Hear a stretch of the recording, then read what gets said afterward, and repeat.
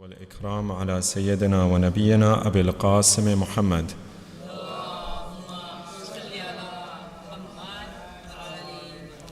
وعلى أهل بيته الطيبين الطاهرين المعصومين سيما بقية الله في الأراضين وحجته على الخلق أجمعين. Dear brothers and sisters in Iman, Assalamu alaikum wa rahmatullah. We've had the honor of reading some of the ahadith of the Ahlul Bayt regarding hikmah and how to live a good life. What is the meaning of hikmah? What are some of the ways that we can inculcate and cultivate hikmah in our hearts? And tonight I'd just like to mention another one of those ways where we can inculcate and try to gain hikmah. Before I do so, I'd just like to mention this one hadith of Amirul Mu'mineen alayhi salam, where he says,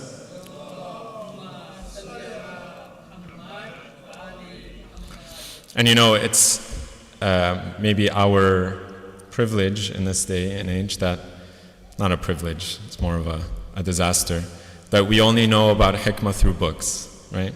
We don't really see it in public individuals. We might not really see it that much in my own life, at least I can say that, making constantly bad decisions. And so we're trying to figure out, you know, how to better ourselves and improve ourselves.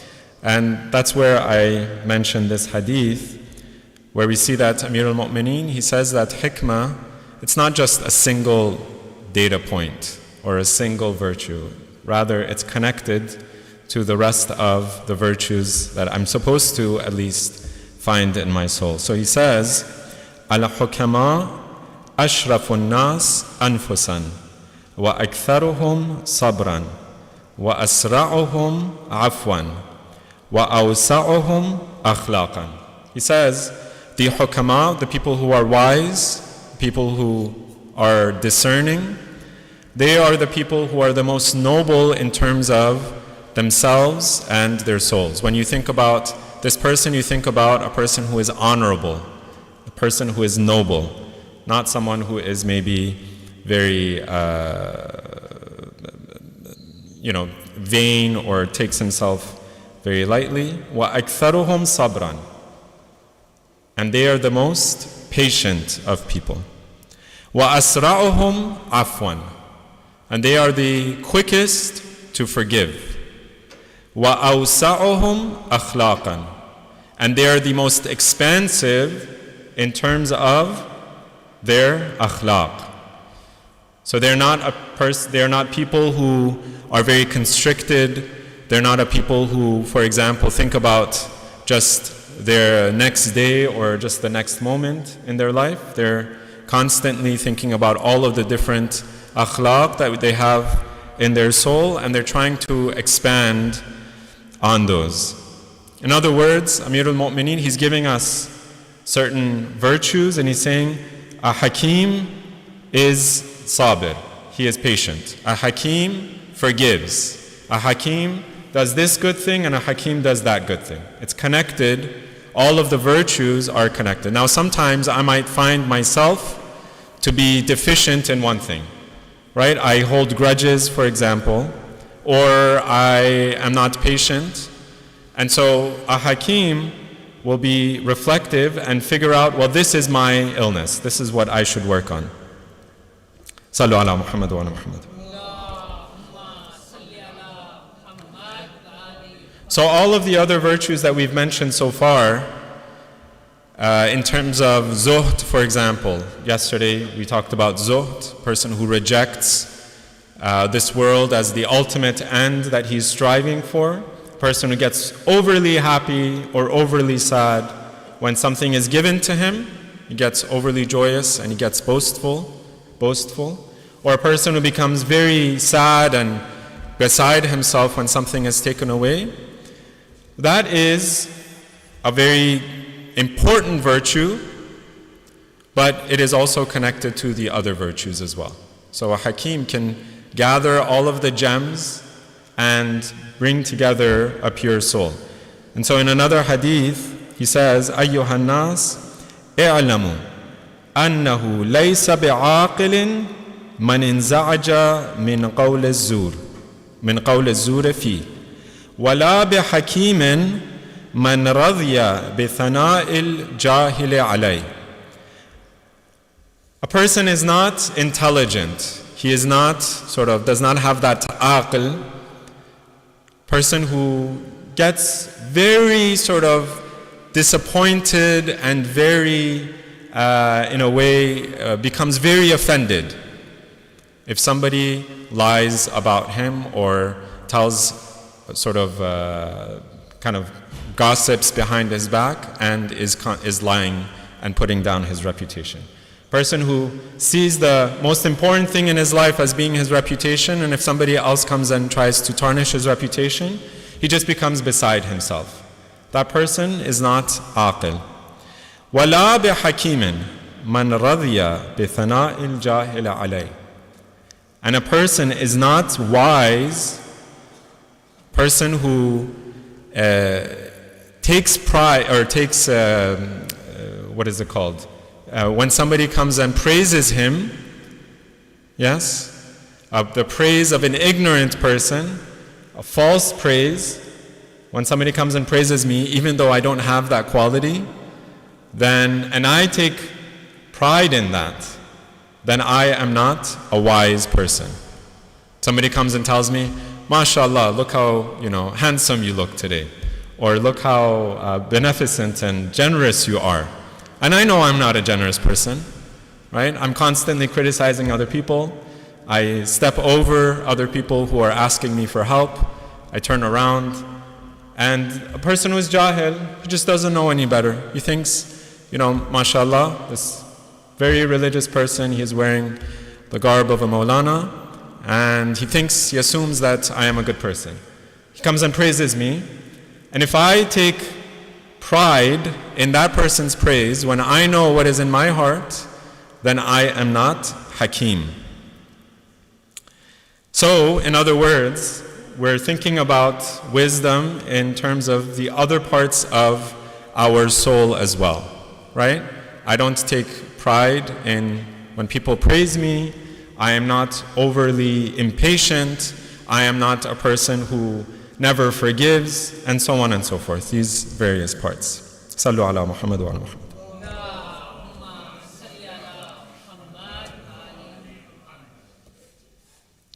One of the other very important virtues that are mentioned in terms of wisdom is this virtue called mudarat. Being lenient and being kind, and in a way being forgiving or being soft towards other people. So there is a hadith where the Imam says, لَيْسَ الْحَكِيمُ مَنْ لَمْ يُدَارْ مَنْ لَا يَجِدُ بُدًّا مِنْ مُدَارَاتِهِ. A person is not wise, he does not have discernment, who cannot be lenient and soft and kind towards a person he cannot but be kind to, cannot but be lenient to. It's almost like he finds himself in a situation and he's faced with a person, and that person could be a person part of his family, it could be someone in his community, or it could even be someone outside of his community, but he just has to deal with this person. Yes? Doesn't find a way out. And if I can't bring myself to be kind and lenient towards that person, then I am not hakim, I am not wise. Now, there are a few things here I'd like to just very quickly mention, and that is, first of all, this idea of mudarat, of being lenient towards other people. Now, the whole 10 days so far that we've been talking about, when we talk about wisdom, when we think about a wise and discerning person, I've been mentioning a few times now that there are other people who can also be wise. Allah did not just give this blessing to Muslims or to the mu'mineen. Yes? So there are other people in other traditions who are also wise people. They live good lives and they talk. The fathers give their sons advice, mothers give their daughters and their children advice, and they give them good advice. How to deal with your finances, how to deal with other people, and so on. Yes? And so when we think about religion and the teachings of Islam, there are various dimensions to these teachings. On the one hand, there are teachings of the ghaib, of things that we would never have information about these things other than a prophet coming from Allah, where Allah gives them and reveals to them that knowledge, and then that prophet comes and tells us the hidden secrets of Allah's creation. So for example, when the prophet tells us about what happens after death, or on the day of judgment, or that there are angels in God's heavens and there are jinn in the skies and on the earth. I would never have known any of those things if it were not for the Prophet of Allah to come and tell me. Yes? I mean, I would not have known. Maybe some of you have access. Now, there are other teachings of Islam. So that is one of the blessings of having a prophet, having a religion. There are other teachings of Islam, however, that we could come to through our own discernment, our own intellect, our own reason. So for example, it's good to be patient. It's good to want for others what you would want for yourself, the golden rule. Yeah, that's the basic principle of akhlaq in many of the world religions and even non-religions. So that's a very basic principle that it seems like human beings have within their fitrah. But when we look in the teachings of Islam, Islam takes those principles, and as I've been mentioning in these past few nights, on the one hand, it redirects those principles, and then it also expands on them in terms of a larger worldview and a larger philosophy that comes from Allah subhanahu wa ta'ala, that directs us back towards God and the ultimate principles that we should establish our life upon.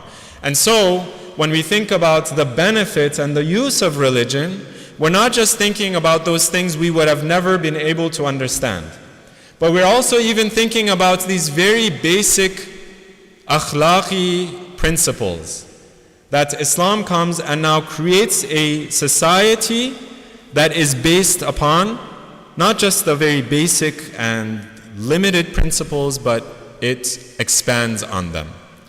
And that is the society and the nation and the community of the Prophet. Sallu ala Muhammad wa ala Muhammad.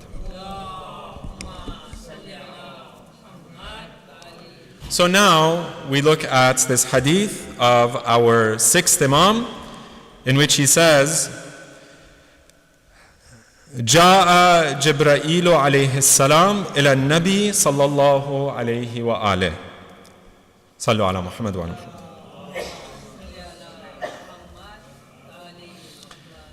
He says, the angel Jibreel came to the Prophet of Allah and he told the Prophet, Ya Muhammad, ربك يقرئك السلام ويقول لك دار خلقي. Your Lord, Allah, says His salams and His salutations and He sends His peace upon you.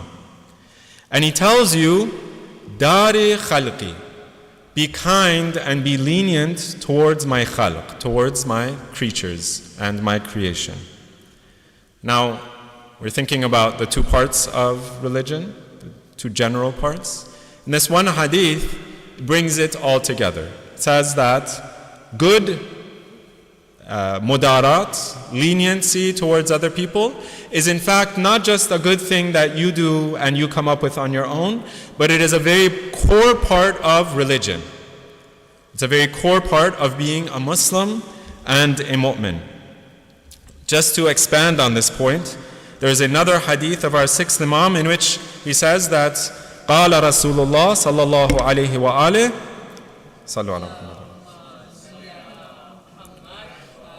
Not only is this good for me to send loud salawat, but then also for you so that I know everybody is awake. Okay, so if we can send another salawat.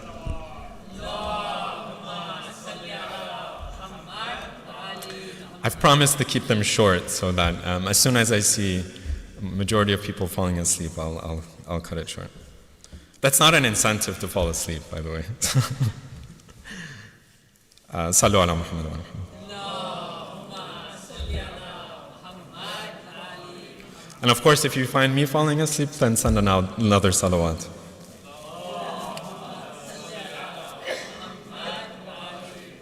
All right. The Prophet is reported to have said, "Amarani Rabbi bimudarat an-nas kama amarani bi'ada' al-fara'id." My Lord, my sustainer, Allah, my Rabb, He has ordered me and commanded me to do mudarat an-nas, to be lenient towards other people, just as He has commanded me towards the fara'id, towards the wajibat. And fara'id, according to many of our ulama, are a very special type of wajib act. In wajibat that there's no sort of escaping from, right? Sometimes there are priorities that Allah gives in terms of certain wajibat. Fara'id are the ones that are mentioned in the Quran, for example, and we cannot do anything but to abide by them. In other words, mudarat is a very essential part of religion, just as the fara'id are. It's part of the wajibat. Sallu ala Muhammad wa ala Muhammad. So now, when we think about leniency, mudarat, we've figured out the hukm, the importance of mudarat. Now we have to think about, well, what does it exactly mean? What does it look like in my life or in the life of our community? We're talking about leniency towards another person, yes? I can be lenient towards myself, but it's something very different when I'm lenient towards you. And so, the Ahlul Bayt, they explain to us what that leniency looks like. There is one hadith I'd like to mention here from Imam Muhammad al-Baqir alayhi salam, wherein the Sallu ala Muhammad, wherein the Imam says that it is mentioned in the Torah of Nabi Musa alayhi salam, where Allah tells Nabi Musa, "Ya Musa, uktum maktuma sirri fi sariratik, wa adhhir fi alaniyatika al-mudarata anni li'aduwi wa aduwik min khalqi, wa la tastasibba li 'indahum bi idhari maktum sirri, fatashraka aduwaka wa aduwi fi sabbi."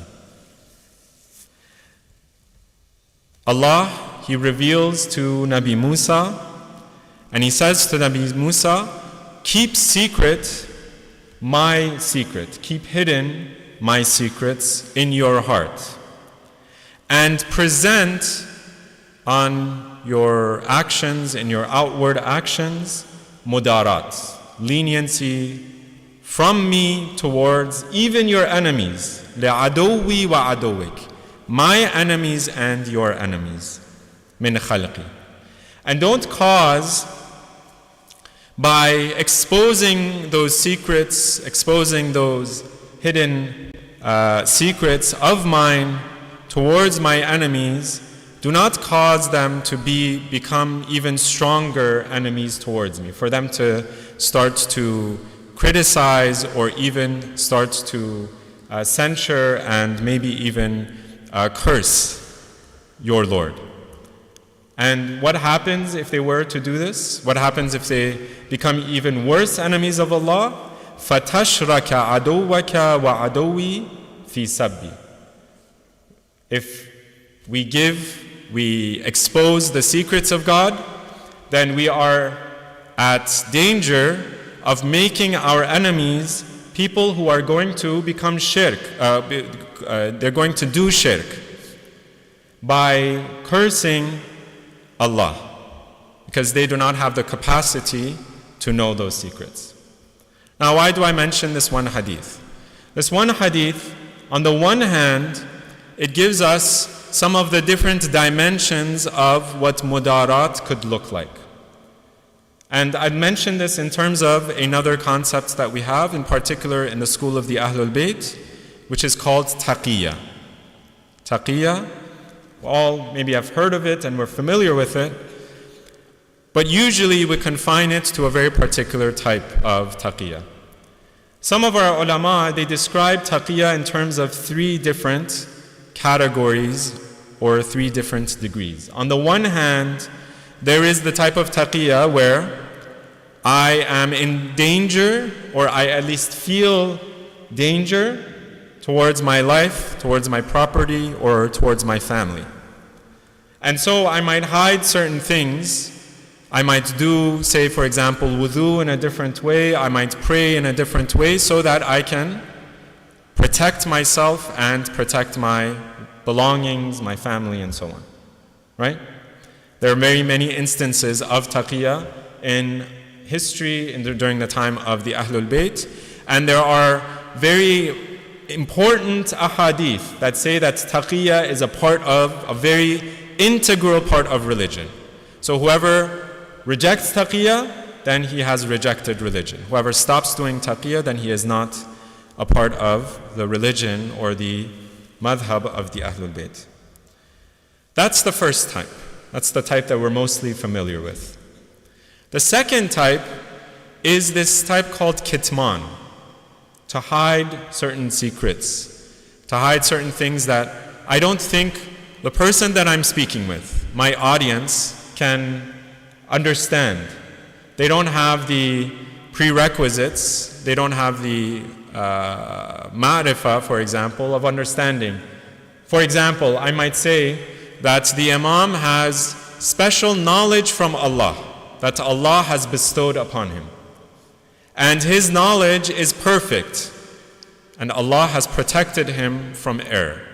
This is not something that he has understood on his own, for example, but rather this is a gift from God. Among mu'mineen, everybody understands what that means. But if, say for example, I go outside of our own community, I should be careful about how I present those teachings of the Ahlul Bayt. It's not that they are unreasonable or they are secret in a way that no one can bear, but rather that person does not have the sufficient prerequisites. They have not heard the teachings of the Ahlul Bayt, and they don't know the reasons behind them. And so I should keep that to myself. I shouldn't go blaring it out loud for everybody to hear, right? On the other hand, there are certain things that in Islamic history that we might know, and yet we know that other people may not be able to bear it. I say this particularly for people who are, usually in college, you interact with a lot of other people from within the Muslim community, and even from outside of the Muslim community. And usually in college, you have a lot of fervor and passion and fire, and you start debating with people, and then all of a sudden you see that, you're alone in the masjid and nobody wants to deal with you anymore. Yeah? So we should be aware of and be discerning towards our audience and the capacity of our audience. And this goes across the board, not just for college students, not just for high school students, but even, when we go to work, when we're in public, we should just be aware of who we're dealing with, who we're speaking to, and what is the type of conversation we can have with those people. Sallu ala Muhammad wa ala Muhammad.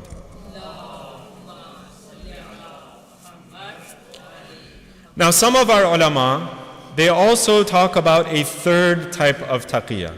Some of them bring it under the concept of taqiyya, and some of them just mention it generally under this idea of mudarat, of being lenient towards others. And we have a hadith in this regard, that we should be lenient towards others even though we are not at risk of being in danger, or even it's not a matter of other people not knowing, for example, certain things. Now, in this day and age, in sort of what they call the information age, right? We have all of this information being broadcasted, and everybody pretty much knows the general stuff about our religion, our position, and so on. So now we come to a place where it's not like I am, for example, not mentioning certain things that other people are not already familiar with or are already aware of. But rather we have this additional responsibility of doing mudarat. And this is, I'd just like to mention this in terms of a hadith of our sixth Imam, Imam Ja'far as-Sadiq alayhi salam, where he says to one of his companions, Ya Zayd, Zayd al-Shaham is the name of the companion, Khaliqun nas bi-akhlaqihim. Deal with people according to their own customs and their own traditions. Now what does this mean? He's talking about people outside of the community of the Shia, the followers of the Ahlul Bayt. Sallu fi masajidihim. Wa'udu mardahum. Now he does not specify that these are people who know that you're Shia or know your position, or they're people who are completely ignorant. He just says it in a general way. Deal with people according to their akhlaq, according to their habits and their customs. In particular, when we think about our communities and our relationships with other people, we have to think about it in a tiered way. We have one relationship with our community of believers, people of the same madhab and the same school, and that is a relationship of the closest brotherhood and sisterhood, where I am responsible for you and you are responsible for me. You have to, for example, if you find that I am willing to listen, then you have to tell me you're doing your salat incorrectly, right? You have to guide me. You have to do irshad. Tell me if I'm someone who listens, that you, for example, in a very kind and gentle way, that your wudu is, you should do your wudu from up here as opposed to down here. Or when you do your masah, you should not bring your hand all the way up to your forehead, because then the water from your forehead comes on your hand and then you can't wipe your foot with that water because it's extra water that has come on your hand now. Yes? Or maybe I might find another way. We take the lesson from that story of Imam Hassan and Imam Hussein, and we mimic, for example, the good wudu in front of the person. Whatever kind of ploy we try to take. That is one level, one relationship we have. But with people outside of our madhab, we have to at the same time understand that these are people who are coming from a different tradition. They have a different legal school. They have a different set of ahadith. And so I can't come and take issue with, okay, you are now wiping your shoe, and you should now be actually wiping your foot. Or you should not be wiping your entire head, you should just be wiping your forehead. How am I going to make that argument? That's probably the last thing that we should be talking about, right? And even then, the Imam does not say go and argue with them over this particular point of aqeedah or that point of aqeedah. The Imam prioritizes being a part of the larger community. Sallu fi masajidihim. pray in their masajid. وَعُودُوا مَرْضَاهُمْ, and go and visit their sick. وَاشْهَدُوا جَنَائِزَهُمْ, and be a part of their janazah prayers. So if one of the Muslims dies, go and take part in their funeral. وَإِنِ اسْتَطَعْتُمْ أَن تَكُونُوا الْأَئِمَّةَ وَالْمُؤَذِّنِينَ فَافْعَلُوا. And you should become such a outstanding and upstanding member of the larger community that if it's possible for you and they give you that space, then you should go and stand in front and become the imam of their salat. And even give adhan. So again, think about the context. When I'm total foreigner, stranger to the masjid, nobody's going to tell me to go and stand up front, right? In a sense, the imam is saying that you should be so familiar with the larger community that they are willing to make you the imam of their salat. Sallu ala Muhammad wa Muhammad.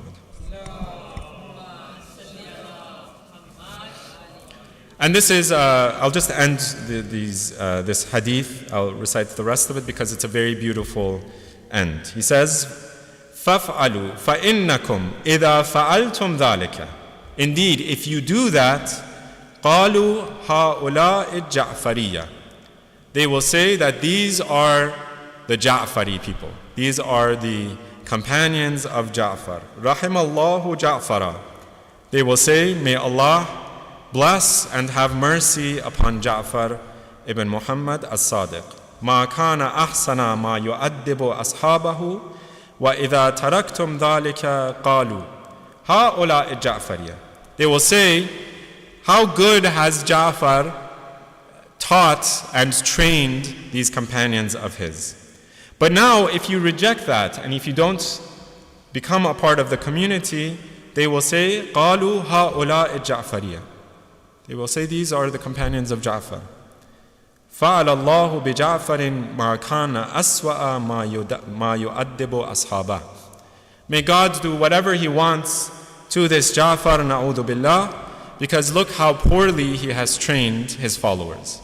In other words, the people, Muslims, will see our actions not in terms of individuals who are, say for example, making mistakes, who are impatient, who do not forgive, who hold grudges, and who are not lenient, and they're constantly turning their back on the rest of the Muslim community. Rather, they'll think about us in terms of our relation to our imam. That is the ultimate association that they make. Guilt by association. And that is our ultimate concern.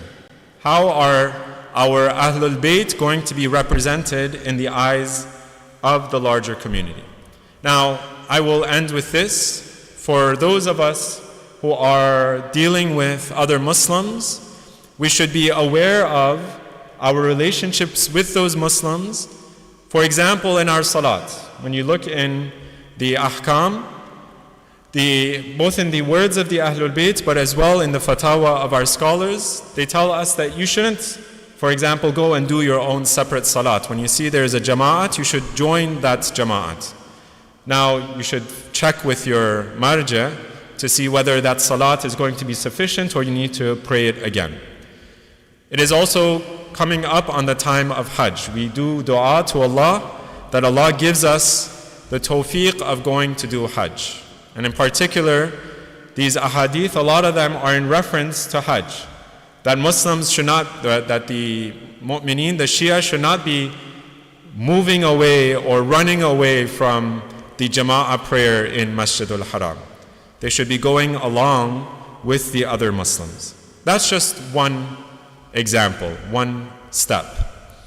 And more generally, we should think of ourselves and act and be in a way where we are part of the larger Muslim community.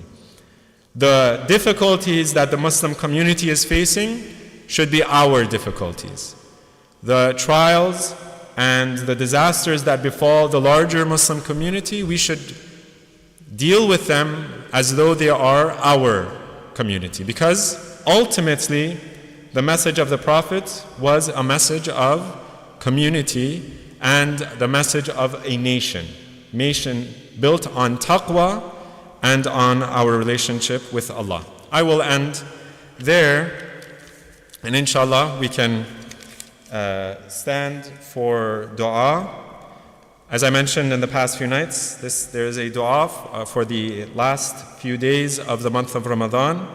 This is a very beautiful dua, and it's also in one version or another, it is a very authentic dua mentioned by our Ahlul Bayt, and we can end with this and then go to ziyarat. Sallu ala Muhammad wa ala